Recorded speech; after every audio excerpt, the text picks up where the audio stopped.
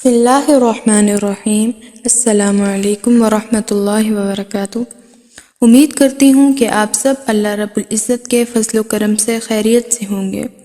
آج اللہ رب العزت نے مجھے جس موضوع پر لب کشائی کرنے کا موقع دیا وہ ہے ہمارا پیارا دین اسلام۔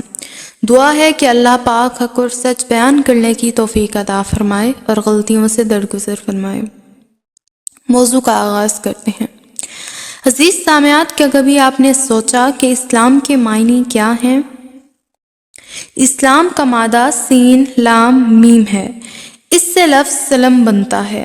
عربی زبان میں اس کا معنی امن اور سلامتی ہے۔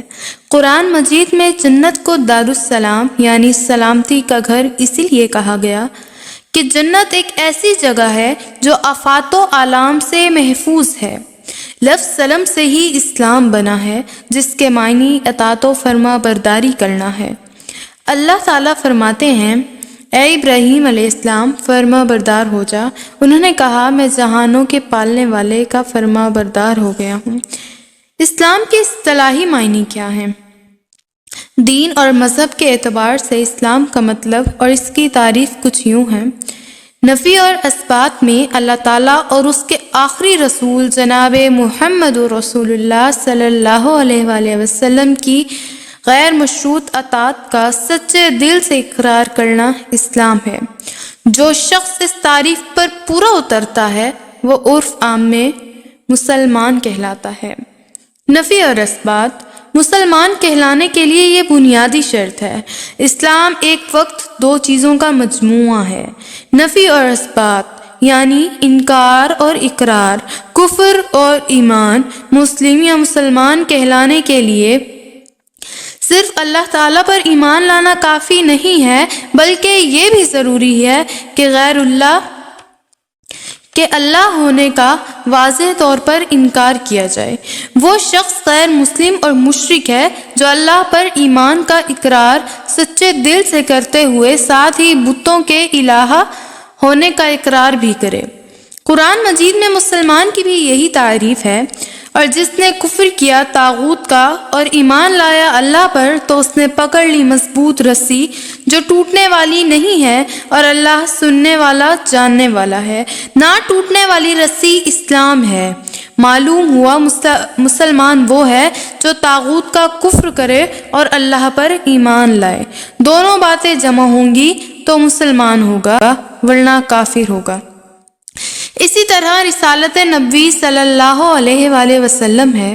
مسلمان ہونے کے لیے ضروری شرط ہے کہ نہ صرف یہ کہ آپ صلی اللہ علیہ وآلہ وسلم کی رسالت اور نبوت پر ایمان لائے، بلکہ یہ بھی بنیادی شرط ہے کہ وہ غیر نبی کی نبوت کا انکار کرے، رسالت پر ایمان لانے کے ساتھ طاغوت کا کفر کرے۔ اسی طرح مسلمان ہونے کے لیے صرف اتنا ایمان کافی نہیں ہے کہ قرآن مجید اللہ کا کلام ہے اور وحی الہی ہے جو حضرت محمد صلی اللہ علیہ وآلہ وسلم پر نازل ہوئی، بلکہ یہ بھی لازمی بات ہے کہ ہر غیر وحی کے وحی ہونے کا انکار بھی کیا جائے۔ وہ شخص غیر مسلم ہے جو یہ کہتا ہے کہ بے شک قرآن اللہ کی کتاب ہے، لیکن گرنتھ بھی کلام اللہ ہے اور وحی الہی ہے جو گرو نانک پر نازل ہوئی۔ وحی پر ایمان لانا اور غیر وحی کے وحی ہونے کا کفر اور انکار کرنا، دونوں صفات جمع ہوں گی تو کوئی فرد مسلمان قرار پاتا ہے۔ قرآن مجید نے جب یہ فرما دیا، بے شک دین اللہ کے نزدیک اسلام ہے، اور جو چاہے اسلام کے سوا کوئی دین تو وہ اس سے قبول نہ کیا جائے گا، اور وہ ہے آخرت میں خسارہ پانے والوں میں سے۔ تو ثابت ہوا کہ غیر اسلام کو اسلام ماننا انسان کو غیر مسلم بنا دیتا ہے، اور اسلام یہی ہے کہ دین کے اثباتی پہلو کو مانا جائے اور سلبی پہلو کا کفر کیا جائے۔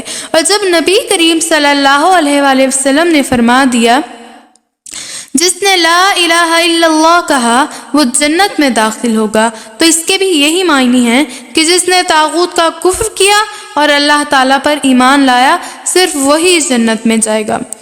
مسلمان کہلوانے کے لیے ضروری ہے کہ حضرت محمد صلی اللہ علیہ وآلہ وسلم کو سلسلہ نبوت میں آخری نبی تسلیم کیا جائے۔ اس لیے کہ آپ صلی اللہ علیہ وآلہ وسلم کا اصلی خصوصی امتیاز آخری نبی ہونا ہے۔ محض نبی اور رسول ہونا کوئی نمایاں خوبی نہیں ہے، اس صفت کے ساتھ تو ہزاروں اشخاص متصف رہے ہیں۔ آدم علیہ السلام، نوح علیہ السلام، ابراہیم علیہ السلام، اسماعیل علیہ السلام، داؤد علیہ السلام، سلیمان علیہ السلام، اسحاق علیہ السلام، موسیٰ علیہ السلام، عیسیٰ علیہ السلام، سب نبی اور رسول تھے۔ لہٰذا نبی کریم صلی اللہ علیہ وآلہ وسلم کا خصوصی امتیاز آخری نبی ہونا ہے۔ آخری نبی ہونے کا مطلب یہ ہے کہ اگرچہ اصول دین تمام انبیاء اور رسول کے ایک ہی تھے، عقائد میں بھی اور عبادات میں بھی اور معاملات میں بھی، ان کے بنیادی نظریات میں کوئی فرق نہیں ہے۔ توحید، آخرت اور ملائکہ پر سب انبیاء کا ایمان ہے۔ سب کا اتفاق ہے کہ عبادت صرف اللہ کی کرنی چاہیے۔ اس اصولی اتفاق کے بعد عبادت کے طریقے ہر نبی کے دوسرے نبی سے مختلف ہیں۔ نمازوں کی تعداد میں فرق ہے، قبلے میں فرق ہے، طہارت کے مسائل میں فرق ہے، معقولات اور مشروبات کے حلال اور حرام ہونے میں فرق ہے، معاملات میں سب انبیاء اصول عدل پر متفق ہیں۔ عزیز سامعات، الغرض دنیا کا اسلام ہی واحد دین ہے جس میں لڑائی، فساد، گالی گلوچ، قتل و غارت نہیں، بلکہ اسلام امن اور سلامتی کا نام ہے۔ اسلام سے پہلے لوگ جہالت کے اندھیروں میں ڈوبے ہوئے تھے۔ اللہ تعالیٰ نے ہمیں دین اسلام کی شکل میں روشنی عطا فرمائی۔ حضور صلی اللہ علیہ وآلہ وسلم کو تمام جہانوں کے لیے رحمت بنا کر بھیجا۔ اسلام سے پہلے معاشرے میں عورت کی کوئی عزت اور اہمیت نہیں تھی۔ اسلام کی بدولت آج عورت کی عزت اور اہمیت ہے۔ الغرض اسلام نے ہر رشتے کو اہمیت اور عزت دی ہے۔ بیٹی ہے تو رحمت بنا دیا، بہن ہے تو عزت بنا دیا، بیوی ہے تو سکون بنا دیا، ماں ہے تو جنت بنا دیا۔ تاریخ گواہ ہے کہ مسلمان اس وقت تک عروج پر رہے جب تک اسلامی تعلیمات پر عمل کرتے رہے۔ جیسے ہی مسلمانوں نے اسلام سے منہ موڑ لیا، اب وہ زوال کا شکار ہو گئے ہیں۔ مسلمان اپنا کھویا ہوا مقام اسلام پر عمل کر کے دوبارہ حاصل کر سکتے ہیں۔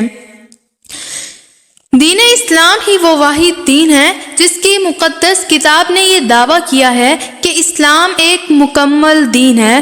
ارشاد باری تعالیٰ ہے، آج ہم نے تمہارا دین مکمل کر دیا اور اپنی نعمت کو پورا کر دیا اور تمہارے لیے اسلام کو بطور دین پسند کر لیا۔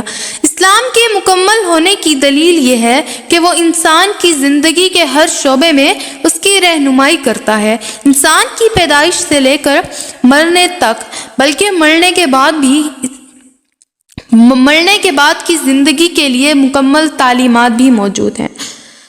عزیز سامعات، اللہ تعالیٰ ہر چیز بن مانگے عطا فرما دیتے ہیں، لیکن دو چیزوں کی طلب جب تک انسان کو خود نہ ہو اللہ پاک نہیں دیتے: ہدایت اور مغفرت۔